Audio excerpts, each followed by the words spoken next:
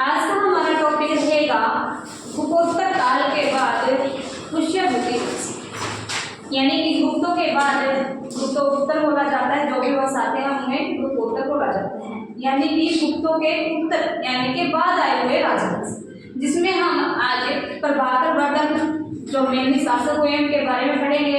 लेकिन उससे पहले हम पुष्यभूति वंश की प्रभाकर वर्धन पुष्यभूति वंश से था और पुष्यभूति वंश की स्थापना कैसे हुई और उसके अंदर किस किस शासक का योगदान था। सबसे पहले हम पुष्यभूति वंश के जो फैमिली ट्री है उसके बारे में देख लेते हैं। पुष्यभूति वंश की स्थापना पुष्यभूति के द्वारा की गई और इसी के नाम पर पुष्यभूति वंश रखा गया।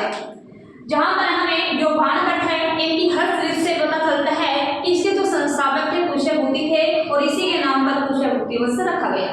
लेकिन जो पुष्यभूति या वर्धन वंश से संबंधित हमें अभिलेख या मुद्राएं मिलती हैं, उनमें हमें पहले जो शासक मिलते हैं उनका वर्णन मिलता है नरवर्धन के रूप में। नरवर्धन के रूप में पहले ऐतिहासिक शासक माने जाते हैं नरवर्धन, जबकि संस्थापक माने जाते हैं पुष्यभूति। नरवर्धन का शासनकाल रहता है 505 से 530 तक। उसके बाद राज्यवर्धन प्रथम आता है और इनका शासनकाल रहता है 530 से 555। आदित्यवर्धन 555 से 580। उसके बाद आता है प्रभाकर वर्धन, जो हम पढ़ेंगे मेनली प्रभाकर वर्धन के बारे में और हर्षवर्धन के बारे में हमने पढ़ना है, जिसका शासनकाल रहता है 580 से 605। उसके बाद प्रभाकर वर्धन के 2 पुत्र और 1 पुत्री थी। बड़ा पुत्र राज्यवर्धन था जिनका शासनकाल 605 से 606 तक रहता है। उसके बाद इनका छोटा पुत्र हर्षवर्धन आता है जिनका शासनकाल 606 से 647 तक रहता है और इनकी एक पुत्री थी राजा सिंह। इनका विवाह कनौज के शासक गृहवर्मन के साथ गृहवर्मा के साथ इनका विवाह हुआ।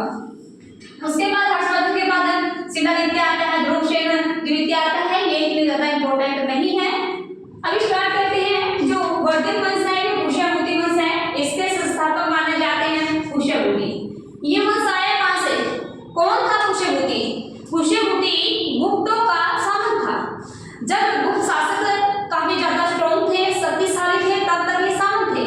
लेकिन जैसे जैसे गुप्त जो शासक थे उनकी शक्ति कम होती गई तो शासकों ने अपने आप को संकट करना घोषित कर दिया और उनमें से एक था पुष्यभूति। पुष्यभूति ने पूर्वी पंजाब का जो हिस्सा था और हरियाणा वाला क्षेत्र थानेसर तक, ये सारे का सारा क्षेत्र अपने आप को संकट घोषित कर दिया। एक वंश की स्थापना की जिसे हम पुष्यभूति वंश या फिर वर्धन वंश कहते हैं। बाद में हर्षवर्धन या बाणभट्ट में पुष्यभूति वंश का संस्थापक पुष्यभूति को माना गया, जबकि अभिलेख और मोहरों से हमें पहला शासक नरवर्धन के बारे में जानकारी मिलती है। गुप्तों के बाद उत्तर भारत में सबसे विशाल राजवंश था वर्धन वंश और पुष्यभूति वंश क्षत्रिय जाति से संबंधित थे। जो हरिश्चंद्र है इसका उल्लेख हमें कहाँ मिलता है? हरिश्चंद्र जो किसकी है? बाणभट्ट की। बाणभट्ट की हरिश्चंद्र में हमें मिलता है कि जो पुष्यभूति वंश है ये एक क्षत्रिय जाति से है, जबकि एक अन्य आर्य मंजूसरी मूलकल्प या फिर हेनसांग के अनुसार हमें जानकारी मिलती है कि जो पुष्यभूति वंश है ये वैश्य जाति से या फीसे थे। वैश्य को भी फीसे कहा जाता है और ये किस जाति से थे? वैश्य थे। जबकि हेनसांग जो बाणभट्ट है ये से क्षत्रिय जाति बताता है, जबकि हेनसांग और आर्य मंजूसरी मूलकल्प हमें बताते हैं कि ये वैश्य जाति से थे। आगे हम पढ़ेंगे प्रभाकर वर्धन। प्रभाकर वर्धन का जो कार्यकाल रहता है 580 से 605 तक रहता है और वर्धन वंश में सबसे शक्तिशाली शासक माने जाते हैं अब तक के।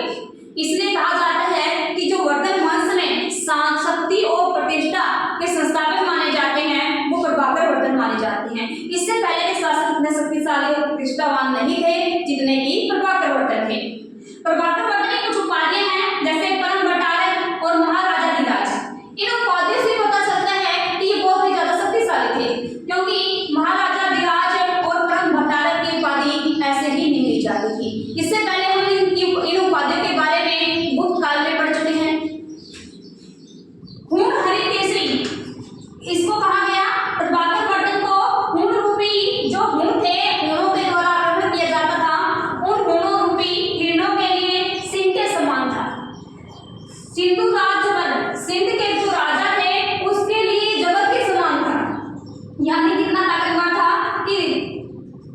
जो सिंध का राजा था उसके लिए एक जबर का काम करता था। ये उसके लिए कह सकते हैं कि ये यानी कि सिंध का जो राजा था इससे दुखी था, या इससे हम कह सकते हैं कि उसको ये चिंता थी कि कहीं हम मेरे पर आक्रमण ना कर दे। उसके बाद है लाट काट वपाट चलो, यानी कि ये जनसंख्या को नष्ट करने वाला था। और माल लक्ष्मी तलाक रसू, यानी कि मालवा की जो राजलक्ष्मी रूपी दुलारा है उसके लिए कुल्हाड़ी के समान है। मालवा का शासक था वो भी काफी ज्यादा शक्तिशाली नहीं था और इसकी शक्ति से वो काफी ज्यादा प्रभावित था। इस कारण से इसका जो शासक है इसके दो पुत्र प्रभाकर वर्धन के दरबार में भी रहते थे, उनके बारे में चर्चा करेंगे। मधुबन तथा बांसखेड़ा अभिलेख में इसे प्रतापसिंह कहा गया। प्रतापसिंह प्रभाकर वर्धन को कहा गया कौन से? मधुबन और बांसखेड़ा अभिलेख में। मालवा के शासक थे महासेन गुप्त, इसके दो पुत्र थे कुमार गुप्त और माधव गुप्त। ये दोनों के दोनों प्रभाकर वर्धन के दरबार में रहते थे। इससे पता चलता है कि अन्य शासक यदि अपने पुत्रों को उस दरबार में भेज रहा है तो ये बहुत ही ज्यादा शक्तिशाली होगा, इससे बहुत ज्यादा प्रभावित होगा। प्रभाकर वर्धन सूर्य का उपासक था, यानी कि ये किसी अन्य धर्म से नहीं, सनातन या हिंदू धर्म से संबंधित था। वो सूर्य की पूजा करता था। और इनकी पत्नी थी यशोवती। यशोवती की बात आगे हम करेंगे, क्यों इसके लिए काफी इंपॉर्टेंट हो जाता है। अपनी स्थिति सुदृढ़ करने के लिए इसने क्या किया? मुखोरियों यानी कि कनौज के जो शासक थे उनके साथ वैवाहिक संबंध स्थापित किए। और मुखोरिया या फिर हम कह सकते हैं कनौज के शासक थे ग्रीवर्मा, जिनके साथ इन्होंने अपनी पुत्री राजसरे का विवाह किया। उसी समय ये काफी ज्यादा बीमार हो गए और हुनों के द्वारा सीमा पर आक्रमण किया जाता है। सीमा पर जब आक्रमण किया तो बहुत ज्यादा बीमारी होने के कारण इन्होंने अपने पुत्र राज्यवर्धन को हुनों पर आक्रमण को दबाने के लिए भेजा। और इस कारण से इनकी तबीयत बहुत ज्यादा खराब थी। अत्याधिक तबीयत खराब होने के कारण इनकी जो तबीयत, बहुत सारे वैद्य बुलाए गए लेकिन तबीयत में किसी प्रकार का सुधार नहीं हुआ। और जिस कारण से जब इसकी पत्नी को लगा कि इनकी तबीयत ठीक नहीं हो सकती तो इसकी पत्नी यशोवती ने अपने आप को आग लगाकर या आत्मदाह कर दिया। उसके बाद जैसे ही राज्यवर्धन को पता चलता है कि इसकी बीमारी का, उसकी माता के आत्मदाह का, तो वो वापस आते हैं। और जब वो वापस आते हैं तो देखते हैं कि प्रभाकर वर्धन भी उस समय तक प्रभाकर वर्धन की भी मृत्यु हो चुकी होती है। नेक्स्ट शासक है राज्यवर्धन, जिसका शासनकाल 605 से 606 तक रहता है। और ये अपने पिता प्रभाकर वर्धन की मृत्यु के बाद थानेसर का शासक बनता है। जब ये शासक बना उसी समय इसको सूचना मिली कि बंगाल के शासक संसार और मालवा के शासक देवगुप्त के द्वारा कनौज पर आक्रमण किया जाता है। और इस आक्रमण में इनकी बहन के पति ग्रीवर्मा की मृत्यु हो जाती है। जब ये उन पर आक्रमण करता है, यानी कि राज्यवर्धन को जैसे ही सूचना मिली, ये देवगुप्त के जाता है और देवगुप्त की हत्या कर देता है। देवगुप्त की हत्या के बाद जैसे ही ये सफलता अभियान पर दौड़ता है तो पीछे से आकर जो बंगाल के शासक थे संसार ने इनकी हत्या कर दी। इस प्रकार से जो राज्यवर्धन था 1 साल के शासनकाल में ही इसकी मृत्यु हो जाती है। और ये बौद्ध धर्म का अनुयायी था। बांसखेड़ा अभिलेख में इसे परम सौगात कहा गया, जो कि बौद्ध धर्म की उपाधि थी। और इसके बाद राज्य जो वर्धन वंश का नेक्स्ट उत्तराधिकारी हर्षवर्धन